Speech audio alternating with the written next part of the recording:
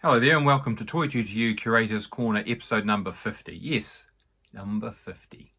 My name's Seán Brosnahan. I'm a curator at Toy to Otago Settlers Museum here in Dunedin. I started this series in the very first week of our coronavirus lockdown in March of 2020.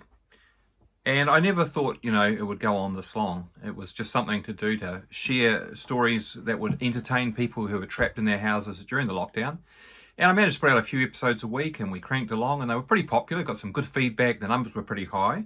And then, of course, things opened up again and we were allowed to go back to work. But, it seemed to be that there was a bit of public demand for this sort of thing. And my colleague Peter started his own series, Talking Pictures, and we've just kept cranking them out through the whole year. But, over time, numbers of people who have been watching the episodes has gone down and I'm starting to think maybe it might be time to pull the pin on it. So this might be the last one, or maybe not. Might just do them intermittently in the future, but perhaps not as frequently as before. But today, for the 1 year anniversary and the 50th episode, I thought I wouldn't tell a specific story, but just think back over the stories I have told and consider the approach to history that we practice at Toitu and as museum curators, because there's something rather privileged about our position and the things that we get to work with.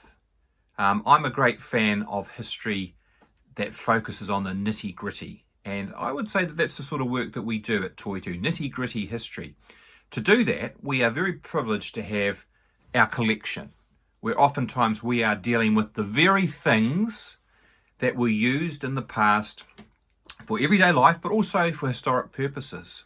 And it's our job to look after those things, and it's also our job to share their stories with you by putting them on display or by researching them and telling stories like this about them, or having them in storage that you, if you want to, can check them out. See the real thing, see what it actually looked like.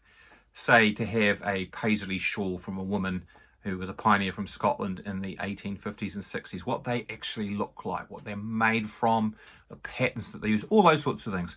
So that's one way in which we deal with the nitty-gritty of history. The other way is that we really try in our storytelling to be accurate. And here I'd like to quote the great Robert Burns, who won't put in his poem the line, "Facts are chiels that win a ding and don't be disputed."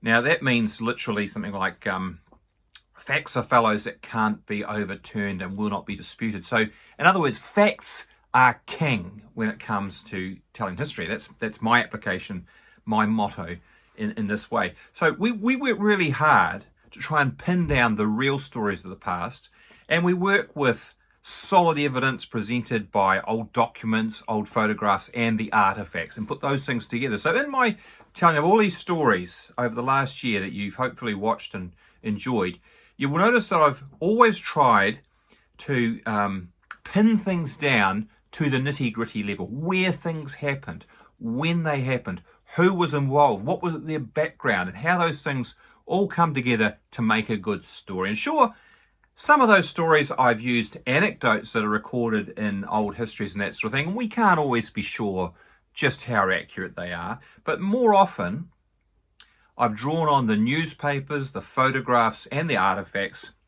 to show that these are the things that happened in time and space that we can be confident about and that we can frame in a certain way to provide interest and illumination about times past, the lives of our pioneers, the challenges they faced, the interpersonal relationships between them, and just what we can learn about them from today.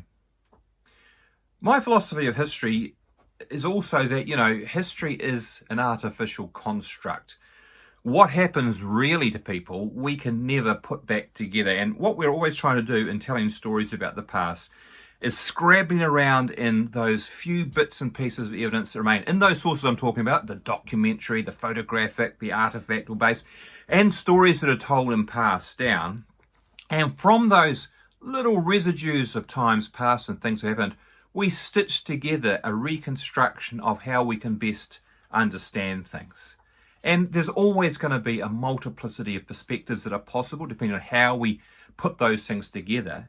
But at the same time, there's a hard nub at the center, the constraints of time and space. So for instance, if we're trying to tell a story about something and yet the people that we're talking about could not have been where we're talking about at the time we're talking about, then clearly that story doesn't accord with the rules of physics, the rules of time and space, and it can't be true.